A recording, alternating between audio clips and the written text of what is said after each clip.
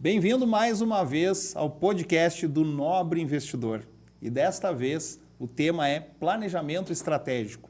Está aqui comigo uma pessoa que é expert no assunto. Ele que é militar, empresário, mentor em planejamento estratégico, 25 anos de experiência, mais de 100 empresas mentoradas e é o autor da mentoria Templários, Jefferson Roberto. Muito bem-vindo e muito obrigado por aceitar o convite de estar aqui. Te agradeço pelo convite, Anderson. Para mim é uma satisfação, mais do que uma satisfação, é uma honra estar na tua frente, uma pessoa que eu considero como referência, um profissional de excelência, de reconhecida competência no meio, para falar um pouco sobre planejamento estratégico, um assunto que tem uma ligação íntima, né, com o planejamento financeiro, o investimento, né? No final de todo e qualquer processo de planejamento estratégico, a gente vai ter lá um orçamento e vai falar sobre investimento. Então, são temas que estão intimamente interligados, são temas correlacionados. Poder conversar um pouco contigo, estar aqui na tua presença, ter recebido esse convite, me honra muito, porque tu é uma das minhas referências pessoais e profissionais. Eu te respeito muito, considero muito o trabalho que tu faz, e conversávamos anteriormente que é um trabalho que impacta vidas, impacta famílias, e muito mais do que o trabalho é um propósito. Muito obrigado, Jefferson. Bom, basta estar aqui na prática, né? Indicou até a filha para falar comigo, né? Mas, Jefferson, assim, ó, e com certeza, né? E dinheiro e planejamento é algo que andam juntos, caminham juntos, porque eu não consigo falar sobre investimentos, planejamento de dinheiro, sem falar sobre planejamento estratégico. Mas eu já saio assim te perguntando, na tua visão, quais os passos do planejamento estratégico que um empresário não poderia deixar de considerar? Para começar, vamos falar um pouco de qual é o objetivo do planejamento estratégico, Anderson. Um planejamento estratégico, ele tem um objetivo de tirar a tua empresa, o teu negócio, da situação atual do hoje e levar para uma situação futura desejada, melhor. Seja essa situação 6 meses, 1 ano, 2 anos, 3 anos hoje, com um mercado que muda muito. Então, qual é a situação da minha empresa hoje e o que eu vislumbro para a minha empresa no futuro, daqui a 1 ano, por exemplo. O planejamento, ele tem essa resposta. O que eu preciso fazer para tirar minha empresa dessa situação e levar para uma situação melhor? Nesse contexto, seja um MEI, seja uma grande empresa, o primeiro passo é tu ter clareza da situação atual do teu negócio. E como que tu obtém essa clareza? Basicamente, entendendo quais são os pontos fortes do teu negócio e os pontos fracos. Mas em que áreas? Minimamente, um empreendedor, um empresário, ele tem que se perguntar, no meu atendimento, quais são os pontos fortes, quais são os pontos fracos? O que a minha empresa está bem, o que ela precisa melhorar? O que ela está bem e que me traz um diferencial? No atendimento, no marketing, no comercial, na gestão de pessoas, na tua produção ali, na parte da tua operação, seja produto ou serviço, e na gestão financeira. Então, pelo menos essas áreas ali, atendimento, comercial, marketing, produção, gestão de pessoas e gestão financeira, o empreendedor, o empresário, ele faz aquele chimarrão no sábado e deixa a rotina de lado e se pergunta, o que a minha empresa está bem nessa área, o que eu preciso melhorar? Aí eu tenho uma situação atual. Dá uma olhadinha para fora, para o ambiente externo. A gente fala tanto de matriz SWOT, né? Se fala muito nisso, tem que fazer análise de ambiente. Na prática, o que é? Eu fiz esse panorama interno, eu dou uma olhadinha para o cenário ali, eu uso o que a gente chama de PESTAL. Eu olho para política. Agora nós vamos ter uma alteração aqui no Executivo Municipal. O que isso vai impactar a minha empresa? Isso me traz uma oportunidade ou uma ameaça? Então, eu olho para o ambiente externo e penso assim, que oportunidades eu tenho, ou seja, oportunidades são eventos que podem auxiliar a minha empresa a melhorar, a atingir seus objetivos, que ameaças eu tenho, que são ações que podem prejudicar a minha empresa. Olho para a parte política, econômica, social. Hoje os nossos hábitos, eles mudam rapidamente. A nossa dinâmica social hoje, se nós olharmos 5 anos atrás, ela é completamente diferente. Então, eu não posso direcionar meu produto, meu atendimento, da mesma forma que eu direcionava há 3 anos atrás. Então, eu olho para a parte social, tecnológica. Se hoje tu não tiver clareza de como a tecnologia avança, daqui a um pouco vem um produto tecnológico substitui o teu. Ambiental, isso é muito importante, essa dinâmica das questões ambientais. Nós tivemos agora a crise das enchentes, uma ameaça para alguns, para outros foi uma oportunidade. Eu tenho alguns empresários que eu conheço que são do ramo de tecnologia, que trabalhavam com venda de computadores, eles zeraram os estoques, eles venderam todo o estoque. Para alguns que perderam tudo, foi uma ameaça, para esse segmento foi uma oportunidade. O mesmo evento ambiental trouxe uma oportunidade a ponto de o empresário zerar o seu estoque e para outro a ponto de acabar com o seu negócio. Então, o ambiental e legal. Dá uma olhadinha ali no que está mudando na legislação, na parte jurídica especialmente. Essa semana, vou dar um exemplo, a gente tem eleição e eu estava olhando a parte legal, o colaborador que vai ser mesário, ele tem direito a 2 dias, pelo treinamento que ele realizar, EAD ou presencial, e mais 2 dias para cada atuação como mesário. Portanto, ele vai ter 6 dias fora da tua empresa. Que já impacta.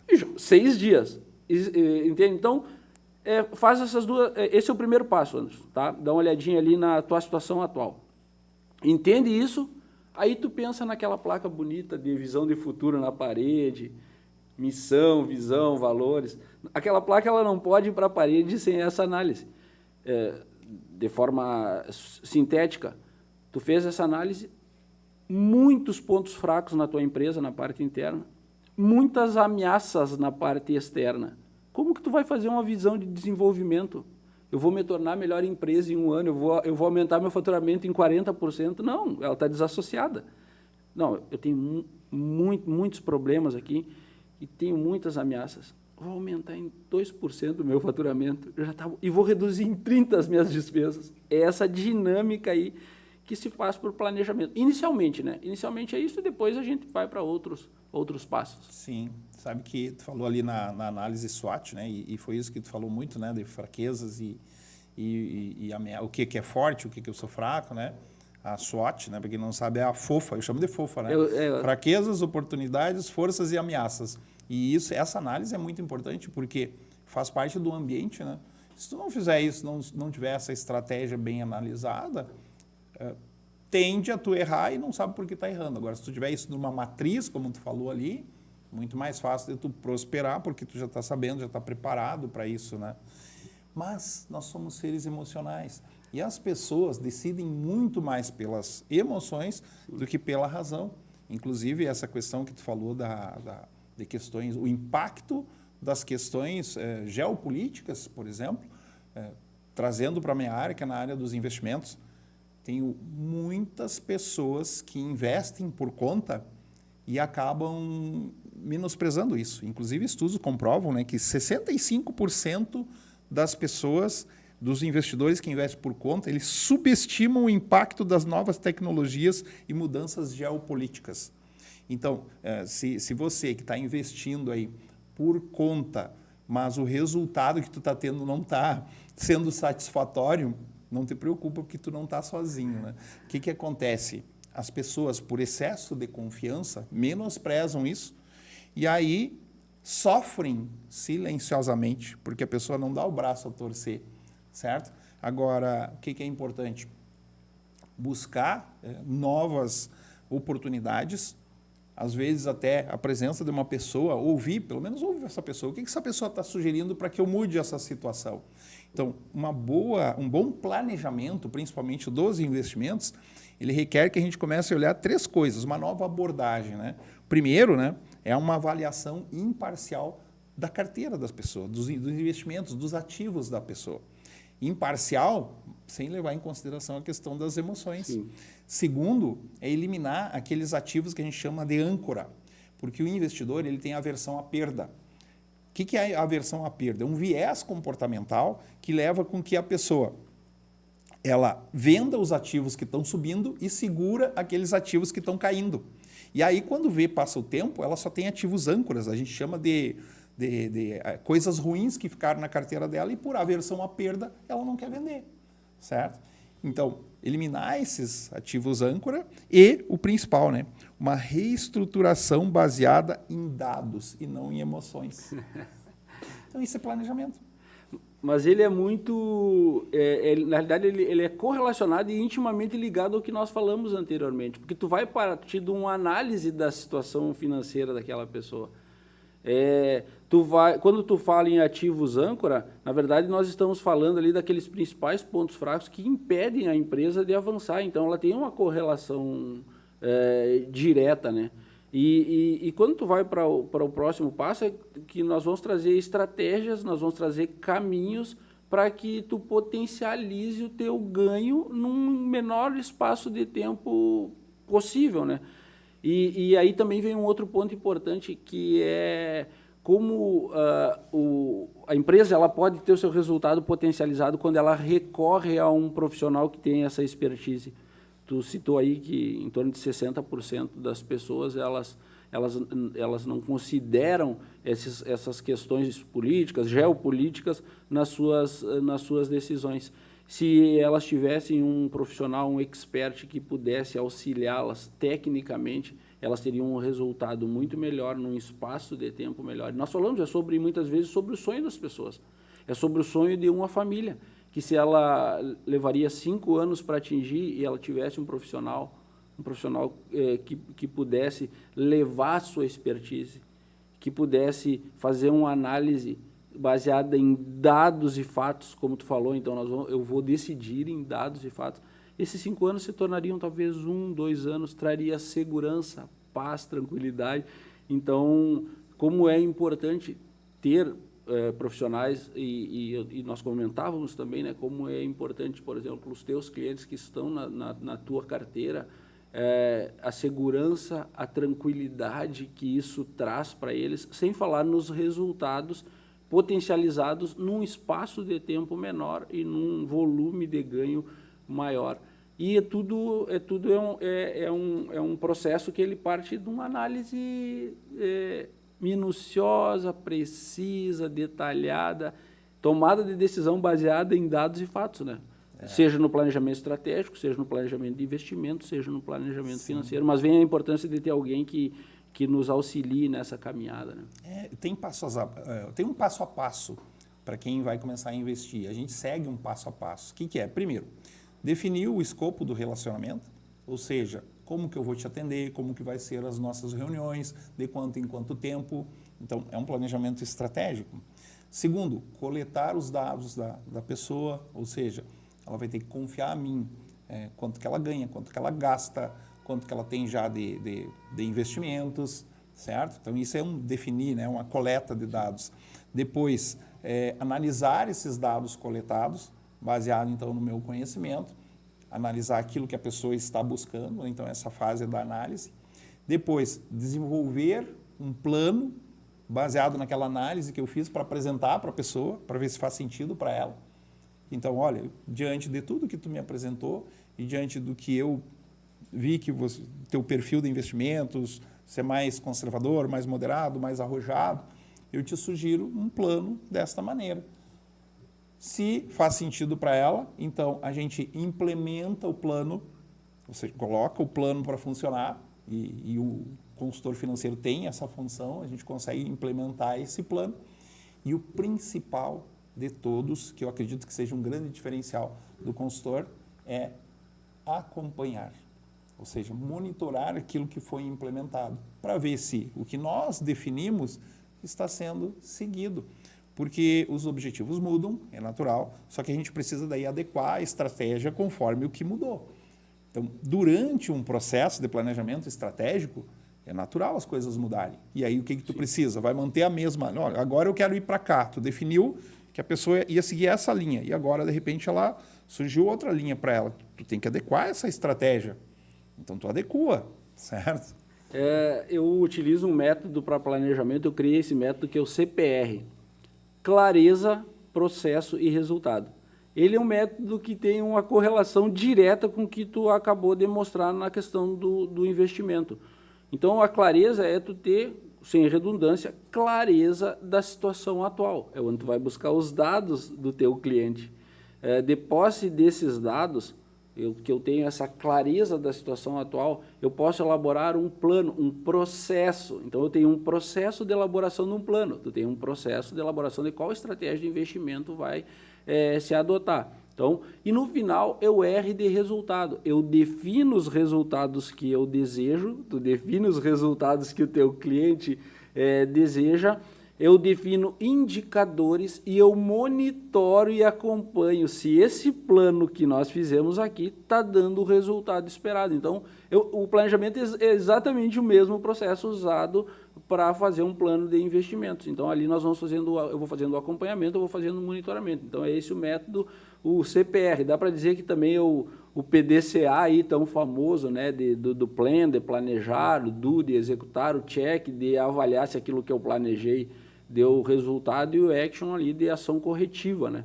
Que hoje a gente usa PDCL, não se usa mais esse A do action, antes dava uma ideia de ação corretiva, e agora a gente usa o L de learning, que dá uma ideia de aprendizado. Antes que o negócio dê errado, antes que eu não atinja aquele resultado, eu aprendo com o processo e eu atuo proativamente. Então, a gente conhece aí, que é de administração, PDCA de muitos anos, agora a gente já usa esse PDCL aí. Mas os processos são muito semelhantes, né? Sim, sim. Sabe que na área quando a gente começa, e eu te falei ali o processo, que a gente começa a acompanhar, fazer toda essa medida, mas tudo começa por uma parte que se chama planejamento financeiro. E o planejamento financeiro, ele, de uma maneira bem simples falando, sabe o que ele ensina as pessoas a fazer? Ele ensina a pessoa como ganhar, como gastar, como guardar, como investir e como doar.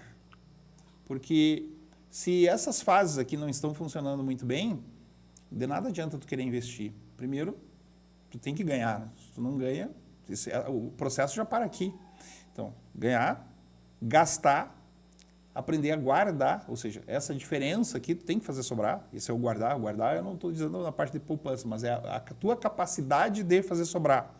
Essa parte que tu fez sobrar, sim, investir. E tu só pode doar aquilo que tu tem.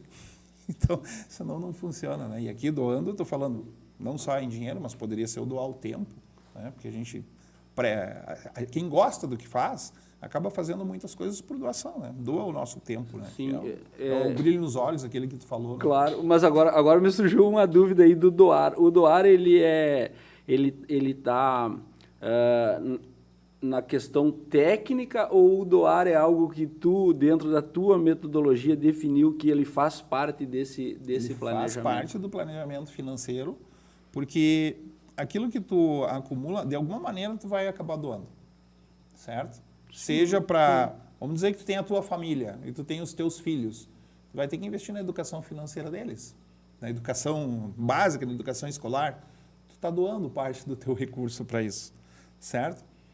Tu vai te preocupar com a tua aposentadoria, tu está doando parte para isso. Tu vai ir em alguma instituição, que aquela instituição ali, vamos dizer que seja uma instituição de caridade, e se tu se entrosar naquela parte ali, tu vai doar, certo? Isso é o natural que surge, sim. Mas tu só pode doar o que tu tem. Como que tu vai doar algo que tu ainda não obedeceu essas outras 4 partes, certo? Então, o doar, ele pode ser algo muito amplo, mas na prática, aqui no lado financeiro, é dinheiro mesmo. Como que eu vou conseguir fazer uma doação financeira se tu não está bem definido com essas 4 partes aqui? Sim. Né? Agora, principalmente aqui no estado do Rio Grande do Sul, que a gente passou por situações, né, que imprevistos acontecem. E eu lembro que uma pessoa levantou a bandeira lá, pessoal, eu vou fazer assim, vou ajudar e tal. Então, viu o que aconteceu? Ela pediu o quê? Ajuda financeira. E aí, uma pessoa começou e a outra desencadeou e tal. Isso é o doar, né? Então, mas tu se preparou para isso, para que imprevistos acontecem, para que um dia tu tenha um recurso ali que tu possa ajudar outras pessoas mais necessitadas. No processo de planejamento estratégico, ele também tem um momento, dependendo da maturidade da empresa, em que se planeja, eu te perguntei isso, porque também se planeja um processo de doação, que nós chamamos de responsabilidade socioambiental. Hoje eu atuo como auditor da Câmara Interamericana de Transportes. Eu avalio empresas de transportes de todos os modais, apenas em responsabilidade socioambiental. Depois que a empresa se estruturou, que ela já tem uma lucratividade considerável, como que ela vai fazer com que esse recurso volte para a sociedade, volte como benefício para a sociedade e que não seja a sua missão? É realmente ter uma estratégia, tanto de responsabilidade social, impactar a sociedade por meio de projetos sociais, como de responsabilidade ambiental. Então, é impactar o meio ambiente com seus recursos por meio de projetos ambientais. E, dessa forma, levar valor, agregar valor à sociedade e ao meio ambiente, não sendo a sua missão, estando completamente fora do seu métier, do seu negócio. Isso também é uma das partes do planejamento estratégico, quando a gente atinge um certo nível de maturidade na empresa. E hoje, doar ou trabalhar com responsabilidade socioambiental é um dos fatores que faz com que as empresas tenham maior valorização, por exemplo, das suas ações. É um dos pontos que são avaliados nesse ranking de ações.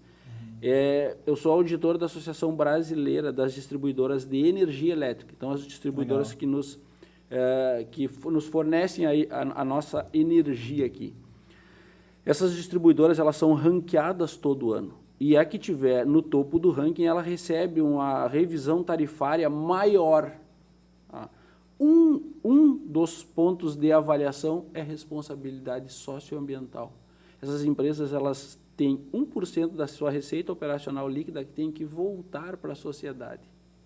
E, além disso, elas têm que proativamente, dentro do seu processo de planejamento estratégico, ter uma estratégia de responsabilidade socioambiental, de voltar valor para a sociedade, de voltar benefícios para a sociedade, de doar. Então, tu vê como tem uma sinergia tanto do planejamento de investimentos financeiros como o planejamento estratégico. Sim. O doar, ele faz parte desse ciclo, né? Legal. E é importante, porque às vezes a gente para aqui, a pessoa, ela ganha, ela gasta, e aqui, quando chega aqui nessa parte, às vezes ela até consegue guardar, mas ela está com uma capacidade de poupança reduzida.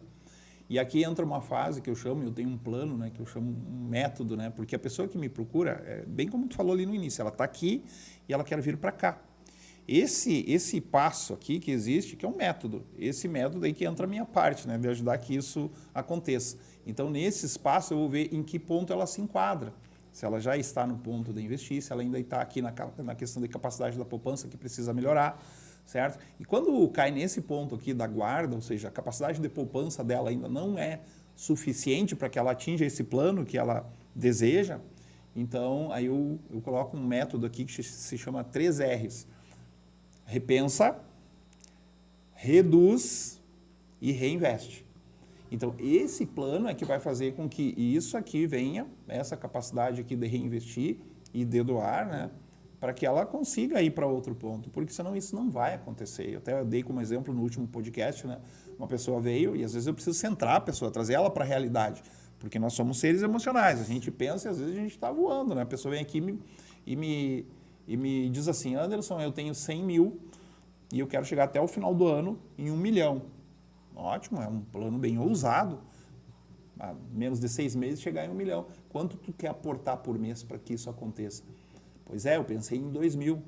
Eu digo, olha, eu preciso te dizer algo, isso não vai acontecer, né? Tu tem a disposição, tu tem a vontade, mas tu não tem a capacidade. São duas coisas importantes até quando a gente fala da teoria de finanças comportamentais, finanças comportamentais e finanças tradicionais. Na parte tradicional é a nossa capacidade financeira, na parte emocional é a nossa disposição. Então, às vezes, tem pessoas que têm muita disposição ao risco, mas não têm capacidade. E quando a gente vai centrar a pessoa, a gente tem que optar sempre por aquilo que ela tem de mais baixo.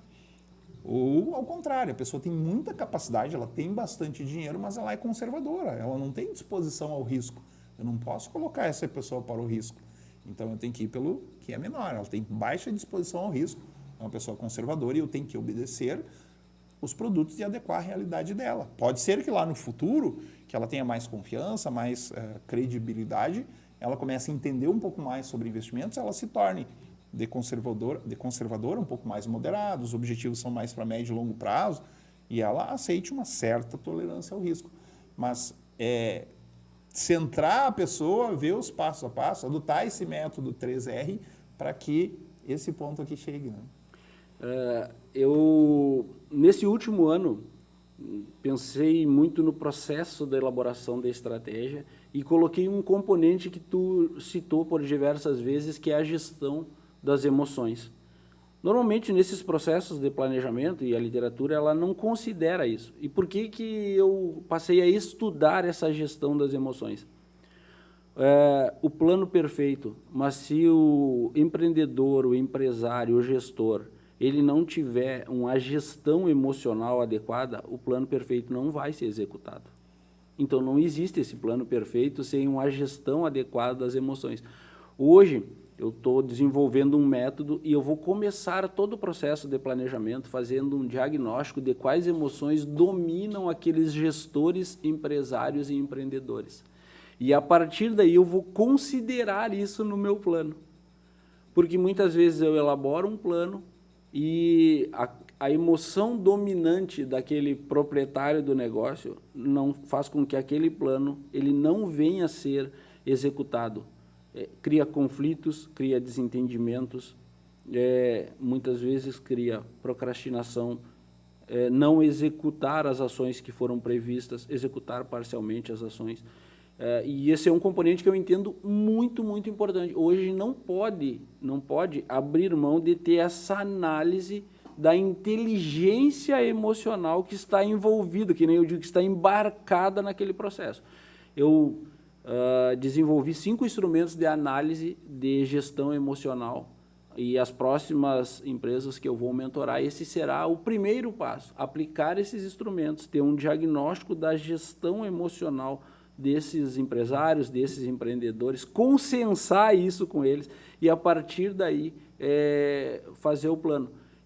Vamos por um exemplo, eu fiz um plano e o empreendedor, o empresário, ele é extremamente centralizador.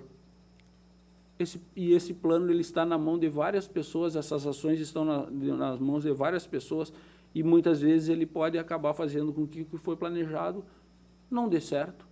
Então, por não delegar? Por não delegar, exatamente. Ou por delegar e não ficar confortável e interferir na execução do plano. Então, a gestão das emoções, que não se encontra muito isso na literatura clássica de planejamento estratégico, eu acabei trazendo, principalmente por um ponto. Eu fiquei ali na missão da ONU no Haiti, era responsável por fazer o pagamento do batalhão brasileiro, andava com $2 milhões em espécie no Haiti. E fazia um planejamento minucioso, perfeito, detalhado. Mas a gestão das minhas emoções e das emoções daquelas 50 pessoas que faziam toda essa segurança era o mais desafiador.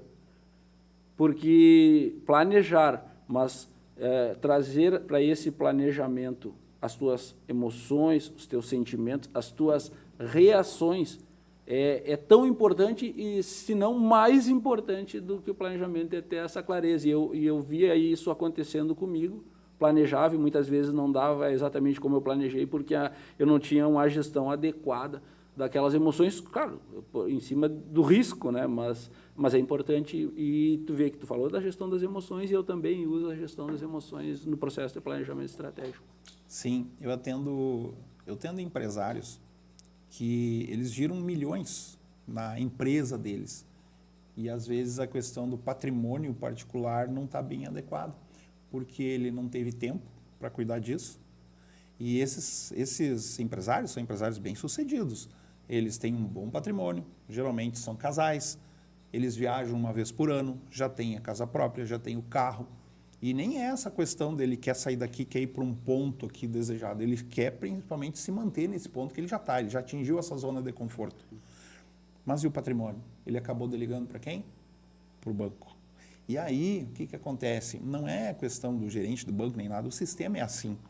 E quando a pessoa fala que eu não tenho tempo para gerir meu patrimônio, os bancos adoram ouvir isso, porque eles sabem que daí ele vai deixar o valor ali em um único ativo, e aquele ativo muitas vezes não atende aquilo que o cliente está buscando, mas ele, por falta de tempo, nem procurou olhar. Agora, Quando as pessoas se atentam para isso, e tu viu ali um feedback de um cliente, eu só me arrependo de não ter começado antes. Então, elas começam a ver que uma boa gestão patrimonial requer que tu tenha um consultor ao teu lado te ajudando, que faça uma gestão estratégica dos teus ativos, faça uma boa diversificação, não é deixar num lugar só, certo? Por quê? Porque as pessoas têm objetivos diferentes e cada parte do ativo tem que atender uma parte desse objetivo. E uma realocação estratégica que atenda aquilo que a pessoa está buscando. Então, tudo é questão também de estratégia. Tu falou agora de ter diversas fontes, né? De ter recursos aplicados... diversificados. É o mesmo processo do planejamento estratégico. Tu tem um objetivo e estratégia é um sinônimo de caminho. Então, é o caminho que tu vai utilizar para atingir aquele objetivo. Eu vou a Porto Alegre, eu tenho diversos caminhos que eu posso adotar para chegar lá. Sim. Então, eu tenho um determinado objetivo, eu tenho um objetivo de aumentar o meu volume de clientes, eu tenho diversos caminhos, sejam online, offline, para chegar lá. E é importante também no planejamento estratégico a gente diversificar as estratégias e os caminhos para atingir o objetivo, porque se um daqueles caminhos ele não deu o resultado que a gente esperava, nós temos os outros como segurança. Se um daquelas fontes de investimento não deu o resultado esperado, a gente vai ter as outras. Então, verdadeiramente, eles estão no mesmo processo, é um processo convergente. Eu também uso esse processo de diversificação de estratégias para garantir o resultado, para garantir o sucesso, para trazer a segurança, né? Sabe como que eu comparo um bom planejamento estratégico de investimentos? Imagina um time de futebol. Então, nós vamos montar o teu time de investimentos. Nesse time de investimentos, tu vai ter que ter bons jogadores de defesa, certo? E aí eu estou falando boas rendas fixas. Tu vai ter que ter bons jogadores de meio campo. E aí eu estou falando de ativos que tem um misto de renda fixa e renda variável, que ele tem ali juros, que é CDI, ele tem ali inflação, que é IPCA, e ele tem ali moeda, ou seja, tem fundos cambiais dentro ali do meio campo. Por quê? Ele é como se fosse bem o meio campo mesmo, porque se caso dê algo lá na renda variável, a bolsa cai, o dólar sobe, então esse meio campo vai agir estrategicamente, avançando, e tu tem que ter bons atacantes. Então, tu pode fazer uma proporção, e como que a gente monta um time bem estratégico, né? Os atacantes são em menor quantidade que os jogadores de defesa. Tu não vai colocar um time lá com 5 atacantes e vai deixar a defesa ruim. Quando tu toma um contra-ataque, tu vai tomar um gol. O nome do gol na parte dos investimentos, prejuízo, certo? Então, tu adequa os investimentos com isso. E os atacantes, né? Não é um só. Geralmente as pessoas pensam renda variável, eu vou investir só em Brasil. Tem que ter Brasil e tu tem que ter exterior, tem que ter os dois, numa proporção, primeiro, que atenda os objetivos da pessoa, mas a gente monta um time não para ganhar uma partida, mas para ganhar um campeonato. Isso é planejamento estratégico dos investimentos. Então, tu vai ter um time ali, e aí quando há um jogador que não está desempenhando bem a função, tu vai usar os teus indicadores, né? E no caso ali, trazendo para o planejamento estratégico, não é os indicadores-chave de desempenho, o KPI. Os KPIs. Então, esse jogador não está indo bem, então eu vou tirar esse jogador de defesa aqui e vou trocar por outro. E acontece, durante a nossa estratégia, eu vou tirar esse jogador e vou trocar por outro que tem um desempenho melhor, que ele está lá na reserva, então vamos entrar esse aqui, só que tu não fica toda hora trocando a carteira. Ou seja, quando a gente monta um time, a gente vai revisar de X em X tempo, geralmente de 6 em 6 meses a gente revisa a carteira, principalmente se o time está vencendo, né? Está vencendo o campeonato, está indo muito bem. Isso é gestão estratégica. Não é deixar um só. Imagina tu ter só um jogador, um único jogador de defesa. O que vai acontecer com o teu time? Tu vai perder, tu vai tomar gol, vai perder para quem? Para a inflação, vai perder para o CDI. Muitas vezes eu vejo pessoas, né, que vêm me procurar, que deixam dinheiro lá em banco, está perdendo para o próprio... Está pagando menos do que a renda fixa básica. Então não faz sentido nenhum.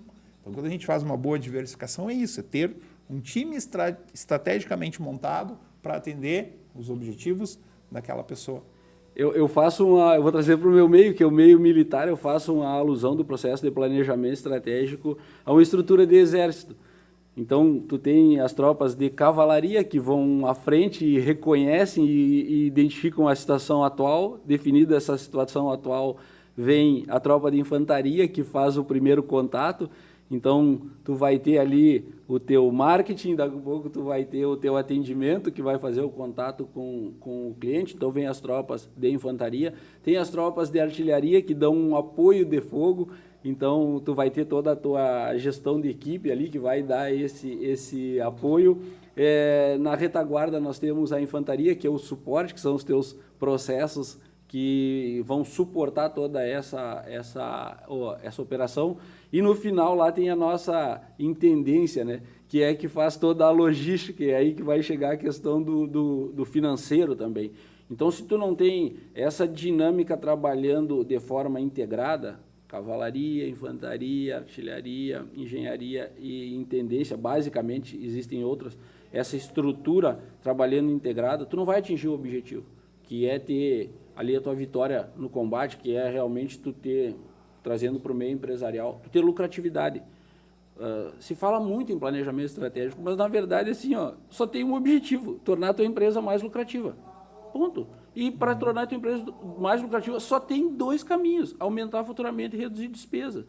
Eu entendo que isso é a mensagem que tem que se deixar para o investidor, para o empresário, trazer essa simplificação. Se eu chegar para a tua equipe e disser assim, a gente tem 2 objetivos na empresa: aumentar faturamento e reduzir despesas. O que a gente vai fazer para aumentar faturamento e reduzir despesas? Que estratégias nós vamos adotar? Essas aqui, tá claro.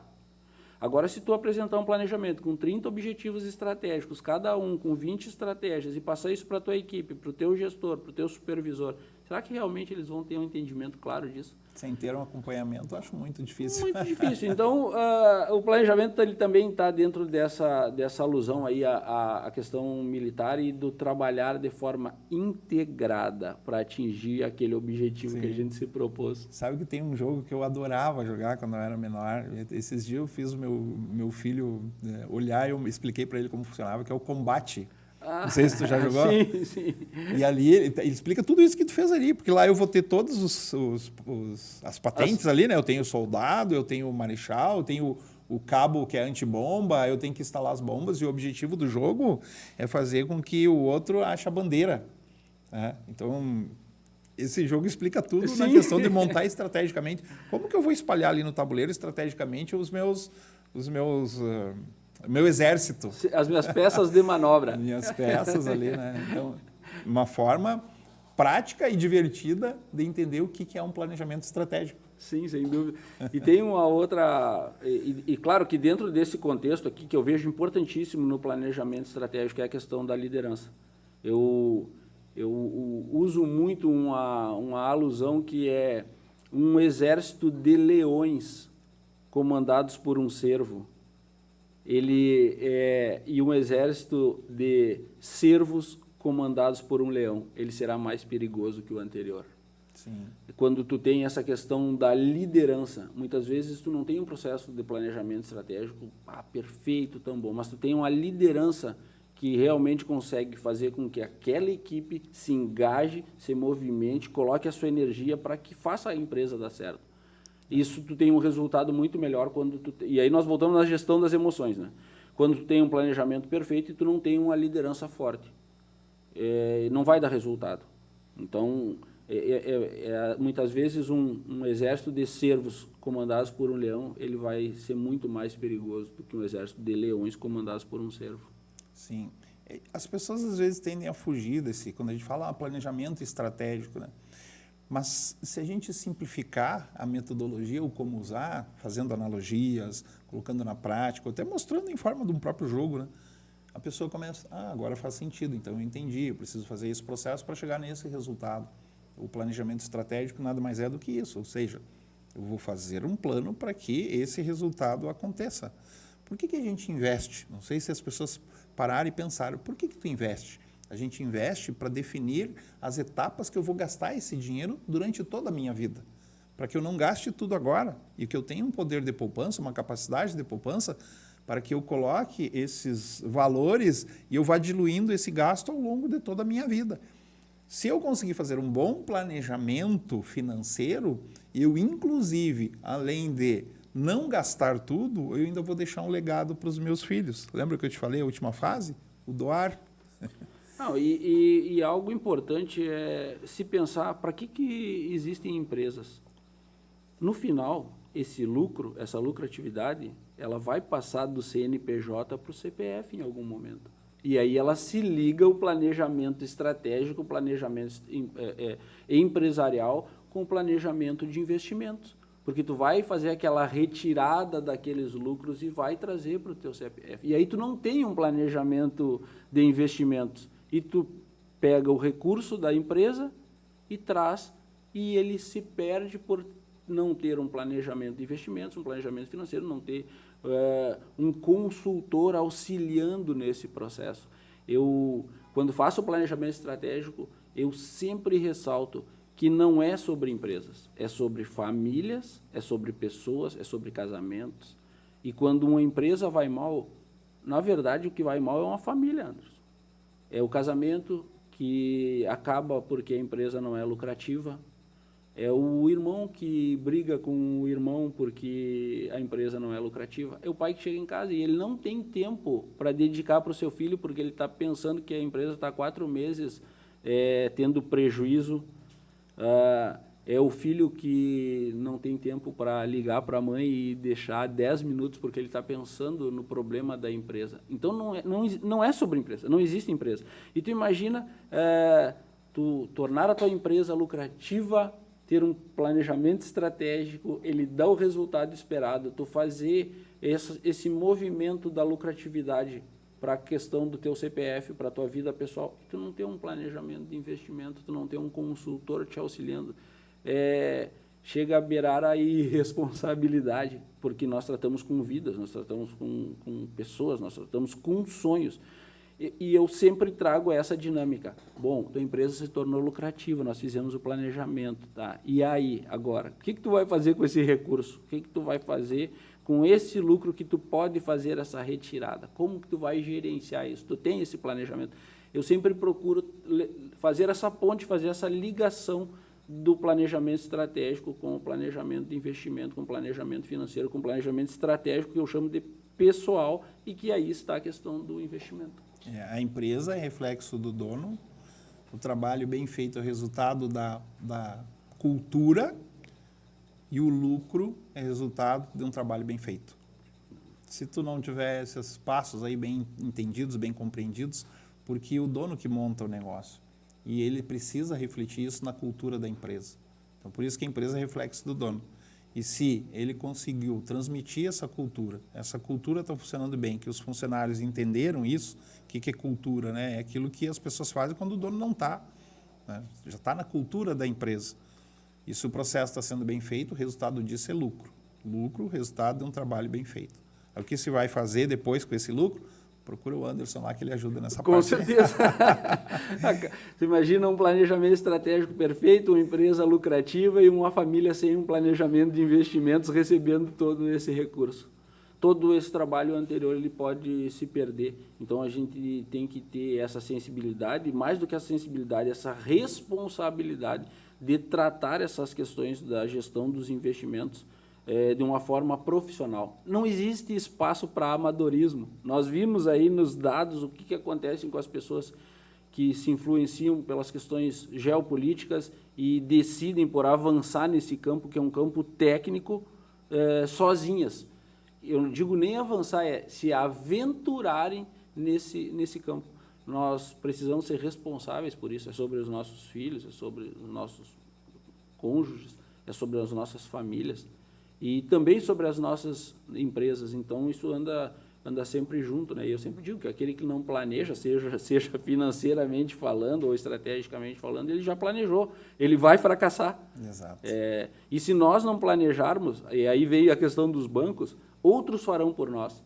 Se aquela pessoa não planejar a sua gestão de investimento e a sua gestão financeira, o banco vai planejar, mas em prol dele. Exato. Com certeza. Então, se nós não planejarmos o futuro da nossa empresa, o nosso concorrente vai planejar contra nós. E aí vem a importância do planejamento, né? Tanto na vertente estratégica, empresarial, quanto na vertente do investimento. A gente precisa inspirar pessoas. Se tu não inspirar pessoas, vai vir outra pessoa e vai contar uma história melhor. Então, assim, planejamento financeiro, eu chamo que mais... Quando a pessoa procura um consultor e ela acredita que a pessoa só vai cuidar da gestão de ativos, e a gente faz um planejamento 360 graus. Porque não é só gestão de ativos. Gestão de ativos é uma das partes, mas a primeira parte, planejamento financeiro, que é aquilo que até agora eu estava conversando contigo. Depois gestão de ativos, depois que ela consegue ter superavitária, né? Então vai investir, gestão de ativos. Na gestão de ativos, tu vai formar a reserva de emergência até um certo ponto. Quando essa reserva de emergência ela é maior, tu precisa fazer gestão de riscos. O que é gestão de riscos? Proteção de renda. Proteção de renda, seguro. Ou seja, se acontece algo inesperado, para a pessoa não levar a mão naquela reserva de emergência, ela pode contratar um seguro. Então, depois de gestão de riscos, planejamento de tributário. Eu estou te falando assim de elisão fiscal, não sei se você já ouviu falar nesse termo. Sim, já ouvi. Elisão fiscal é o termo legal que eu consigo reduzir despesas para as pessoas, ou seja, uma maneira legal de pagar menos impostos, seja no teu imposto de renda, olhar se tu tem muita retenção do imposto de renda, pode contratar um ativo para ajudar a aumentar a restituição, seja na hora de comprar um ativo, tem ativos que são isentos de imposto de renda, seja na hora da tua, vamos dizer que tu tem uma empresa e tu tem imóveis, está recebendo muito aluguel na pessoa física, pode se transformar em, de repente, uma holding para reduzir o teu imposto, seja os ativos isentos de imposto de renda, enfim, tem muita coisa. Aí é planejamento tributário. Depois, planejamento de aposentadoria. Daqui a quanto tempo tu quer começar a usufruir desse dinheiro? Eu estou acumulando agora, vai chegar um momento que eu quero um complemento de renda. Lembra que eu te falei? Que a gente dilui de como vai usar o dinheiro durante a vida. Então, aí entra planejamento de aposentadoria. E, por último, planejamento de sucessão. Se eu planejo a sucessão, eu já sei, por exemplo, eu já sei que eu não vou gastar em vida tudo que eu tenho. E aí, eu simplesmente não vou fazer nada e quando eu venho a faltar, eu estou deixando para os meus herdeiros, além de um patrimônio, mas estou deixando também alguns percalços aí tributários. Por exemplo, o custo de inventário, precisa ter liquidez.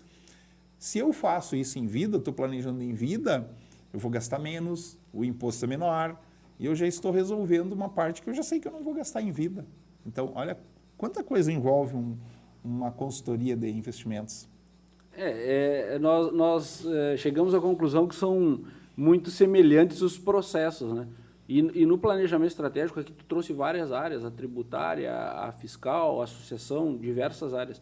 No planejamento empresarial, nós também vamos trabalhar nessas grandes áreas, que é o planejamento do teu comercial, das tuas vendas, o planejamento do teu atendimento, o planejamento do teu marketing, o planejamento da gestão de pessoas, o planejamento da tua operação, da tua produção e o teu planejamento financeiro. Então, essas áreas, elas precisam trabalhar juntas, elas são integradas, mas na verdade, elas são interdependentes. Eu tenho que planejar o atendimento, mas, de outra forma, eu tenho que integrar isso ao financeiro, eu tenho que integrar isso ao comercial, eu tenho que integrar isso à gestão de pessoas, elas estão todas... E lá no final, o quê?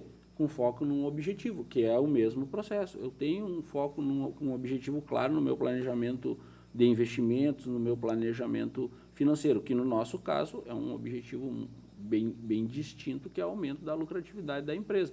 Mas o processo é o mesmo, é o planejamento em várias áreas para atingir um objetivo comum. Então, são processos espelhados, eu diria, Anderson. Sim. Na tua opinião, um planejamento estratégico, quem deveria fazer? Quem está abrindo a empresa, quem já tem a empresa há pouco tempo ou quem tem a empresa há mais tempo? Todos os casos. Todos os casos. Quem está abrindo a empresa, por que o planejamento estratégico pode auxiliá-lo? Porque ele vai ter clareza do negócio dele. Isso parece óbvio, muitas vezes a gente pergunta para o empreendedor ou para o empresário, quem é teu cliente? Ele diz assim, não, isso aí para mim está claro. Aí tu pergunta, qual é a faixa etária? Eu não tenho clareza disso. Tu tem um negócio local? Eu tenho. Qual é o bairro de Santa Maria que tu tem o maior volume de clientes? Eu não tenho essa informação. Qual é a faixa de renda média e familiar do teu cliente?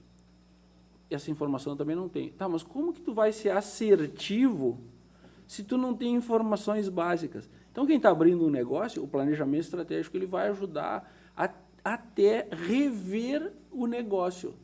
Quem é o cliente, qual é o produto, Porque a gente não pode estar na perspectiva do que eu acho que é qualidade no meu produto. Hoje existem duas grandes estratégias. Ou tu olha para o concorrente, vê o que o produto dele é melhor que o teu e vai e faz um produto melhor. E o que isso gera? Só mais concorrência. Ou tu, aí vem a arte da guerra, que a gente diz assim, que é vencer sem lutar. Tu, em algum momento, tu deixa o teu concorrente de lado, tu tem clareza de quem é teu cliente, quais são os atributos que fazem com que ele decida comprar aquele produto de ti. Sim. E tu passa a trabalhar o quê? Aqueles atributos mais importantes, tu foca naquilo. E tu viu que a gente não falou de concorrente e está tudo bem? Quem é que compra? É o cliente, não é o concorrente. Então, quando tu está abrindo negócio, tu pode ter essa clareza e rever essas coisas. Será que esse é o meu cliente? Será que esse é o melhor produto? Será que eu vou vender só aqui? Tu vai ter um plano de negócio. Pode-se dizer que um planejamento estratégico. Quem está com um negócio em andamento, ele é bom porque ele vai te dar clareza de como tu vai atingir esses objetivos. Hoje, se tu chegar para vários empresários e perguntar assim, quais são as 10 ações que tu vai usar para tornar a tua empresa mais lucrativa em 2025? Quantos sabem responder? Se tu não tem isso, como que tu quer que o teu negócio prospere? E para quem está num nível mais avançado, aí a gente vai trazer questões como, por exemplo, a responsabilidade socioambiental. Como que tu vai doar, como tu vai contribuir para a sociedade com uma empresa que já é lucrativa? Tu vai desenvolver, tu vai abrir filiais, tu vai trazer novas linhas de produto, tu vai buscar novos segmentos de cliente. Então, o planejamento estratégico ele se aplica a todas essas áreas. Muitas vezes tu pega um negócio que já está em andamento e consolidado e tu pergunta assim, nós estamos em setembro, qual foi teu lucro líquido de abril? De cada 10, 7 conseguem responder. Como que tu vai planejar para algo que tu nem sabe claramente a situação atual? Então, o planejamento estratégico ele pode ser usado em qualquer uma dessas áreas para te trazer clareza, para te trazer posicionamento e para te levar ao objetivo que tu quer. Qualquer área dá para utilizar. Sim. Então, se eu te pergunto assim, quem é hoje o teu cliente? Quem é o cliente da mentoria Templários do Jefferson Roberto? O meu cliente hoje é, inicialmente, aquela pessoa que ela não tem clareza de como ela vai tornar a empresa dela mais lucrativa, seja um empreendedor ou um empresário. Ele não tem clareza de que estratégias ele vai adotar para tornar a empresa dele mais lucrativa. E eu, como mentor, eu vou apresentar um caminho para que ele trace essas estratégias, um processo, trazendo clareza, estruturando um processo de definição de estratégias, definindo resultados e acompanhando o CPR. Então, um segundo ponto é aquele empreendedor, empresário que hoje ele está trazendo a carga de trabalho em que ele está deixando a sua família e a sua saúde de lado. Nós falamos que família é prioridade. Aí a gente trabalha 10, 12, 14, 16 horas por dia e só aumenta. Que prioridade é essa? Eu tenho menos tempo para dedicar à minha família, eu tenho menos tempo para dedicar ao meu filho. Esse empreendedor, esse empresário, ele é o cliente da mentoria. Porque lá no final tu vai ter um planejamento colocado no tempo por meio de um cronograma, no que é prioritário. Tu vai saber quais as ações semana que vem tu tem que executar que são prioritárias e que vão te gerar lucratividade. Tu vai iniciar a semana sabendo disso e isso vai fazer com que tu gerencie melhor teu tempo. O dia não vai aumentar de 24 horas. O que nós falamos, o meu dia tinha que ter 48 horas. Não, ele vai continuar tendo 24 horas. Tu tem que ter uma gestão do teu tempo melhor e prioridades. O planejamento ele vai trazer essa prioridade. Aquele empreendedor, empresário que muitas vezes ele se sente isolado na tomada de decisão. Eu gostaria de fazer um investimento nesse segmento de cliente. E aí vem também a figura a tua figura como consultor, trazendo esse conselho, essa orientação segura, essa decisão compartilhada. Nós falávamos aqui que muitas vezes a família entra em contato contigo. Anderson, qual é a tua opinião sobre este assunto? Eles confiam no teu conselho, na tua orientação. Eu, como mentor, é o mesmo caso. Então, eu trago uma orientação segura, confiável para aquele empreendedor que ele se sente isolado na tomada de decisão. E seja do MEI até uma grande empresa. Já tive a oportunidade de fazer processo de planejamento estratégico para empresas que tinham 40 gerentes, 600 colaboradores, estavam entre as 100 maiores do Brasil, como já fiz planejamento estratégico para MEI, que ele busca o quê? Ter um negócio mais lucrativo e ter um caminho para fazer com que o negócio dele, que está nessa situação, se torne mais lucrativo em 6 meses, 1 ano, 2 anos, 3 anos no máximo. Esse é o cliente da mentoria Templários. Eu não digo que são clientes, eu digo que, muito além da mentoria, isso é um propósito, Anderson. Sim. Porque não é sobre empresa, é sobre família, e nós que professamos os princípios cristãos, a gente traz isso como propósito. Nós não levamos apenas um negócio, nós não gerenciamos apenas uma mentoria, uma consultoria. Nós temos a clareza que nós estamos aqui para impactar as pessoas, impactar as famílias, fazer com que essas famílias cada vez sejam mais unidas, sejam felizes, tenham paz, porque no final da história é sobre isso. Sim. Seja o planejamento de investimento, seja o planejamento empresarial, é para isso, é para impactar a vida das pessoas. A gente vive os princípios bíblicos, não só divulga, mas vive também, né? Isso é importante. Embora eu não seja um grande frequentador, mas eu vivo isso, porque eu percebo quando, poxa, realmente, bom, talvez isso venha um pouco de berço, né? Porque a família, pregar e fazer as coisas boas, maior riqueza, né? Minha maior riqueza, estou sempre divulgando, né? A minha família. E o livro que eu escrevi, que é O Grande Ganho, quem lê vai perceber, né? Que o grande ganho não é financeiro, o grande ganho está nos relacionamentos. E, inclusive, todo mundo que vem aqui ganha um. Esse aqui é o teu e já está autografado. Esse que tu vai levar aí embora para... Que honra! Né? Não que sei se já leu ou não, então, mas esse é o teu, esse que tu vai levar lá. Né? Mas é importante a gente saber para quem a gente fala, porque quando a gente divulga e fala quem é o nosso cliente, as pessoas já se conectam. Ele está falando comigo. Hoje, quem é o cliente do Anderson? O cliente do Anderson é o empresário, o profissional liberal. Ele é bem-sucedido, geralmente já tem família, ele viaja uma vez por ano, ele já tem um bom valor, ele movimenta bastante na empresa dele, mas ele acaba delegando uma parte importante da vida, que é a parte dos investimentos. E aí acaba delegando para a pior parte, que seria lá no banco, deixando num lugar só, e nem se preocupa em olhar. Quando ele percebe que a procrastinação financeira é um processo pré-falimentar, ele vê quão isso é importante e basta estar, que tu viu que o feedback que o cliente falou. Eu me arrependo só de uma coisa, de não ter começado antes.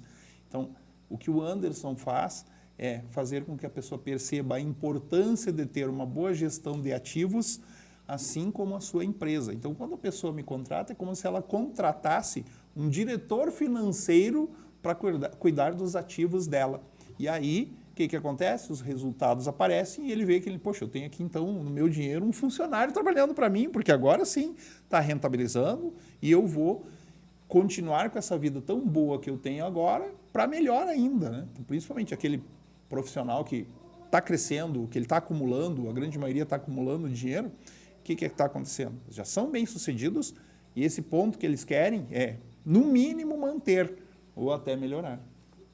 Eu entendo que ter clareza de quem é o teu cliente é importante para que nós, como mentores, consultores, sejamos assertivos e tenhamos o resultado que a gente busca, que é impactar as pessoas. Eu, por muito tempo, me questionei quem eu vou ajudar, quem eu vou auxiliar.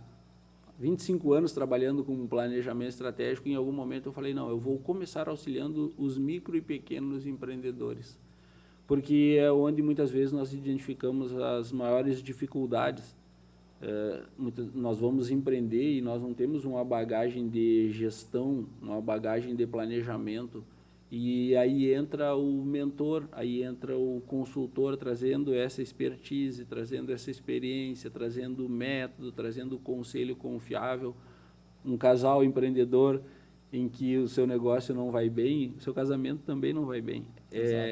Muitas vezes nós falamos, não, nós temos que ter a capacidade de separar a vida profissional da vida pessoal. Na teoria é muito lindo, mas na prática muitas vezes não é assim.